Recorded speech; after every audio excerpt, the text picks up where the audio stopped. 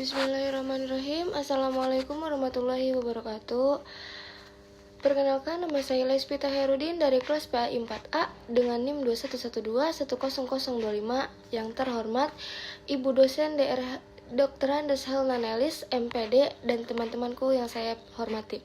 Baik, saya dari kelompok 6 akan menjelaskan materi pada mata kuliah pengembangan kurikulum yang berjudul komponen-komponen kurikulum. Menurut Soemanto, komponen-komponen kurikulum terbagi menjadi 4 bagian, yaitu yang pertama komponen tujuan, yang kedua komponen isi atau materi, yang ketiga komponen strategi mengenai, dan yang terakhir komponen evaluasi. Pertama saya akan menjelaskan apa yang dimaksud dengan komponen dan apa yang dimaksud dengan kurikulum.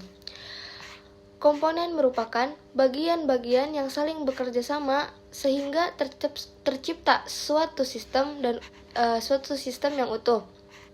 Dan komponen adalah bagian dari suatu sistem yang mempunyai peran penting dalam keseluruhan aspek pencapaian tujuan. Suatu kurikulum harus memiliki kesesuaian atau relevansi.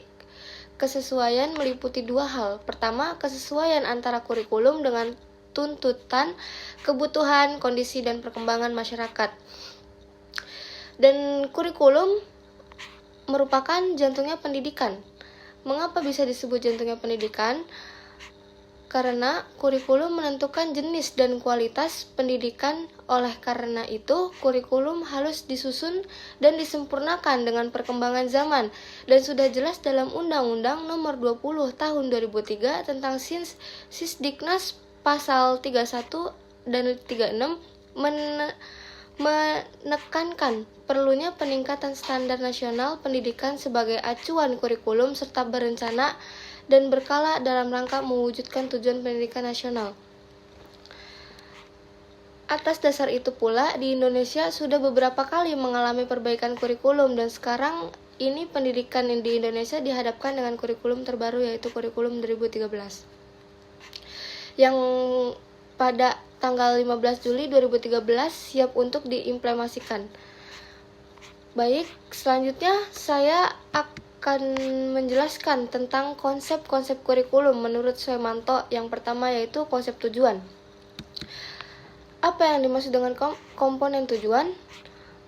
Komponen tujuan menurut Andri Chandra, dalam perspektif tujuan dapat dilihat secara jelas dalam Undang-Undang Nomor 20 Tahun 2003 tentang Sistem Pendidikan menurut Andra Chandra. Komponen tujuan adalah komponen kurikulum yang menjadi target atau sasaran yang mesti dicapai dari melaksanakan kurikulum. Tujuan kurikulum juga dapat dispesifikasikan ke dalam tujuan pembelajaran umum, yaitu berupa tujuan yang dicapai untuk satu semester atau tujuan pembelajaran khusus yang menjadi target pada setiap kala tatap muka. Dan adapun tujuan pendidikan tingkat satuan, pendidikan dasar dan penengah dirumuskan mengacu kepada tujuan umum pendidikan, yaitu yang pertama, tujuan pendidikan dasar adalah tujuan kurikulum meletakkan dasar kecerdasan, pengetahuan, akhlak mulia, serta keterampilan untuk hidup mandiri mengikuti pendidikan lebih lanjut.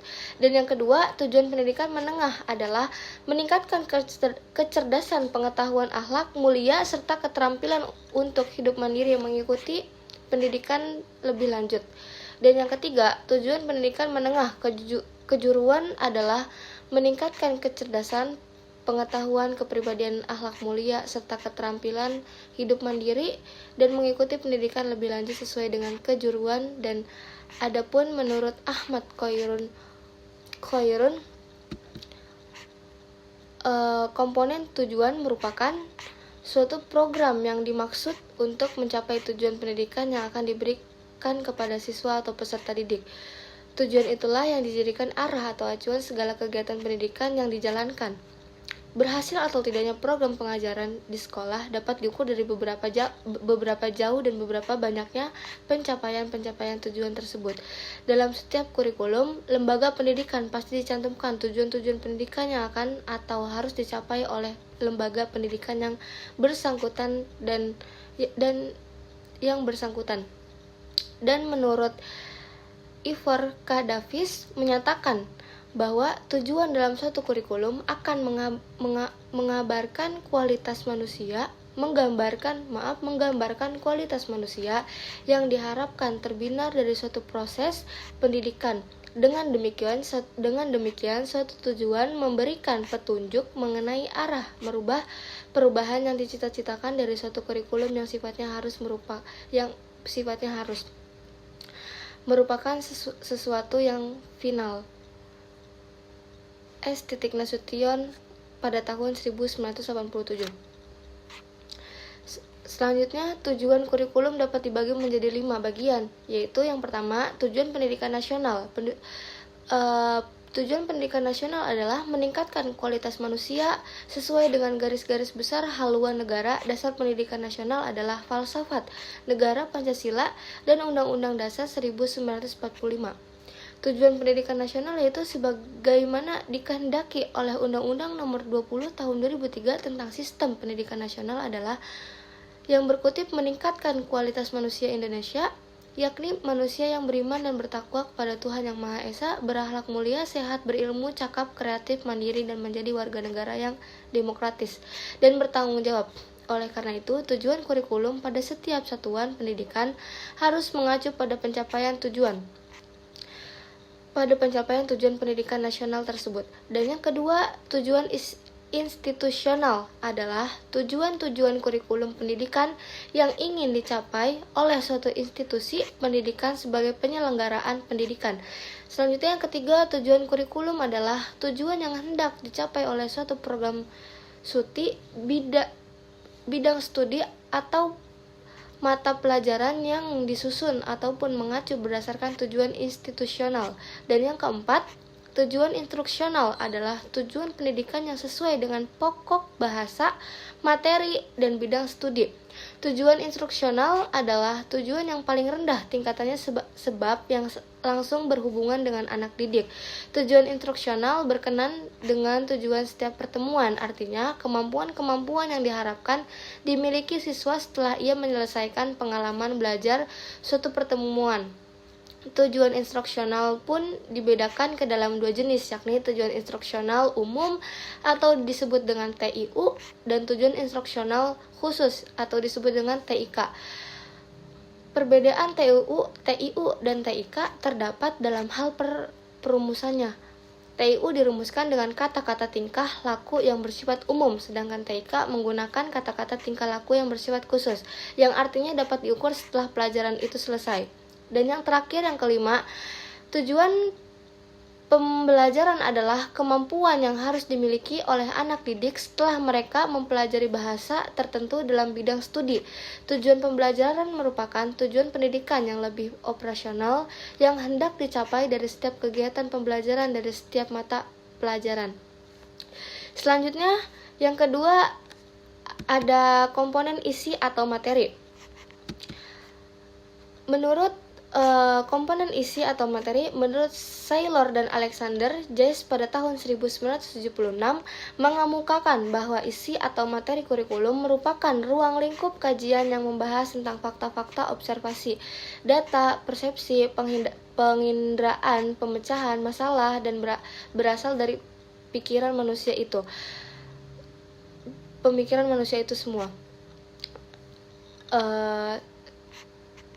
Pemikiran manusia itu semua terakumulasi dalam bentuk gagasan, konsep, generalisasi, prinsip-prinsip, dan pemecahan masalah. Dan menurut Jayes pada tahun 1976 menentukan 4 kriteria dalam melakukan pemilihan isi atau materi kurikulum, yaitu yang pertama, materi kurikulum memiliki tingkat kebermaknaan yang tinggi atau disebut dengan signifikansi. Yang kedua, materi kurikulum bernilai guna bagi kehidupan atau disebut dengan utility. Dan yang ketiga, materi kurikulum sesuai dengan minat siswa atau interest. Dan yang terakhir, yang keempat, materi kurikulum harus sesuai dengan perkembangan individu atau human development. Selanjutnya, menurut Suzana pada tahun 1988 berpendapat bahwa isi atau konsep dalam kurikulum itu ke dalam 4 aspek, yaitu yang pertama, aspek fakta adalah suatu gejala. Yang kedua, aspek konsep adalah sekumpulan ide atau gagasan tentang kejadian atau peristiwa yang saling mempengaruhi dan berhubungan dengan yang lain. Yang ketiga, aspek prinsip adalah pola antara hubungan yang menghendaki terpenuhinya suatu ketentuan yang bersifat fungsional. Dan yang keempat, yang terakhir, aspek keterampilan. Isi yang menjadi materi dalam kurikulum ruang lingkupnya meliputi banyak hal, ada yang berkaitan dengan pengetahuan, keterampilan, dan sikap. Oleh karena itu, pada tataran implementasinya, materi tersebut disajikan dengan mempertimbangkan tingkat kemampuan peserta didik dan perjenjangan, sehingga materi tersebut secara bertahap dikuasai, dipahami, dan diterapkan dalam kehidupan sehari-hari untuk menentukan isi atau bahan mana yang sangat esensial dijadikan sebagai isi kurikulum tersebut diperlukan sebagai kriteria. Slide selanjutnya ada komponen proses atau strategi pembelajaran. Strategi merupakan salah satu cara dalam menyampaikan materi supaya para peserta didik lebih cepat memahami terhadap materi yang disampaikan. Strategi pembelajaran tersebut mempunyai kedudukan yang strategis dalam kajian studi kurikulum, dan strategi yang tepat akan mempermudah untuk mengantarkan pencapaian tujuan pembelajaran. Selain itu juga suasana kelas kondusif, hidup gembira dan menyenangkan. Menurut Masyalas, dalam Sujan tahun 1990, dalam proses pembelajaran ada 2 pendekatan, yaitu yang pertama ekspositori, yaitu pendekatan yang berpusat ke dalam guru. Contohnya seperti materi yang disajikan dengan menggunakan tutur kata, dan yang paling dominan adalah peran guru. Dan yang kedua, inquiry, yaitu berorientasi kepada kepentingan siswa. Contohnya seperti materi yang disajikan dalam bentuk pencarian, dan peserta didik menemukan masalah tersebut melalui sumber-sumber yang tersedia. Peran guru pada pendekatan inquiry ini sebagai mediator dan fasilitator, sebagai penghubung dan membantu peserta didik dalam memecahkan masalah. Adapun menurut Bruce Joyce dan Marsha Will pada tahun 1980, dalam bukunya yang terkenal Models of Teaching mengemukakan 4 kelompok atau rumpun model, yaitu yang pertama model pemrosesan informasi, yang kedua model personal, yang ketiga model interaksi sosial, dan yang keempat model tingkah. Yang terakhir ada komponen evaluasi. Komponen evaluasi dilihat dari secara makro, digunakan untuk melihat keberhasilan kegiatan pendidikan secara umum, sedangkan menurut mikro dapat digunakan untuk melihat keberhasilan kegiatan pembelajaran di kelas. Evaluasi tersebut menjadi mempunyai kedudukan yang penting, terutama dalam menentukan keberhasilan kegiatan pendidikan dan pembelajaran, dan evaluasi pun dapat menentukan ketercapaian tujuan, kesesuaian materi, dan ketepatan menggunakan strategi, pendekatan teknik, model, dan metode. Hasil dari kegiatan evaluasi ini dapat dijadikan sebagai umpan balik atau feedback untuk mengatakan perbaikan dan penyempurnaan pengembangan komponen-komponen kurikulum. Pada akhirnya, hasil evaluasi ini dapat berperan sebagai masukan bagi penentu kebijakan dalam pengambilan keputusan kurikulum khususnya dan pendidikan pada umumnya, baik bagi para pengembang kurikulum dan para pemegang kebijakan pendidikan, maupun bagi para pelaksanaan kurikulum pada tingkat lembaga pendidikan atau seperti guru, kepala sekolah, dan sebagainya. Dan menurut Ralph Y. Tiller, pada tahun 1975, ia berpendapat bahwa kegiatan evaluasi merupakan proses yang sangat mendasar dan menggunakan untuk mengetahui apakah tujuan sudah tercapai sesuai dengan rumusan yang telah ditentukan. Adapun evaluasi menurut Hilda Taba pada tahun 1962 mengatakan bahwa kegiatan evaluasi ini lebih diorientasikan kepada kepentingan peserta didik sesuai dengan tingkatan di mana siswa mencapai tujuan. Evaluasi erat kaitannya dengan perubahan tingkah laku setelah melalui suatu proses kegiatan dan sekaligus juga mengukur kemampuan peserta didik sebagai hasil akhir yang diperoleh setiap peserta didik. Dengan demikian, evaluasi itu dilakukan dengan melihat dua aspek, yaitu mengukur ketika proses berlangsung dan hasil sebagai produk akhir melalui pengujian. Kedua orientasi pelaksanaan evaluasi ini semua dapat mengukur kemampuan kognitif, afektif, dan psikomotorik peserta didik. Dan adapun menurut Hasan pada tahun 1988 berpendapat bahwa konsep dasar evaluasi adalah adanya pertimbangan atau judgement. Berawal dari pertimbangan ini muncul nilai dari sesuatu yang sedang dievaluasi. Dengan demikian pertimbangan dalam kegiatan merupakan kegiatan evaluasi. Dari pemikiran di atas dapat disimpulkan bahwa evaluasi diarahkan pada suatu proses pemberian pertimbangan mengenai nilai dan arti sesuatu. Inilah konsep dasar yang memperkuat pentingnya evaluasi pada aspek proses ketimbang aspek produk atau hasil. Secara umum, slide selanjutnya, secara umum pelaksanaan evaluasi tersebut dapat dibagi dua bagian, yaitu yang pertama evaluasi hasil. Evaluasi hasil yaitu evaluasi yang dilakukan oleh guru setelah pokok bahasan disampaikan dengan tujuan untuk mengukur sejauh mana kemampuan siswa dalam menerima dan memahami materi yang disampaikan. Dan yang kedua, evaluasi terhadap proses pelaksanaan langkah-langkah pembelajaran pembelajaran.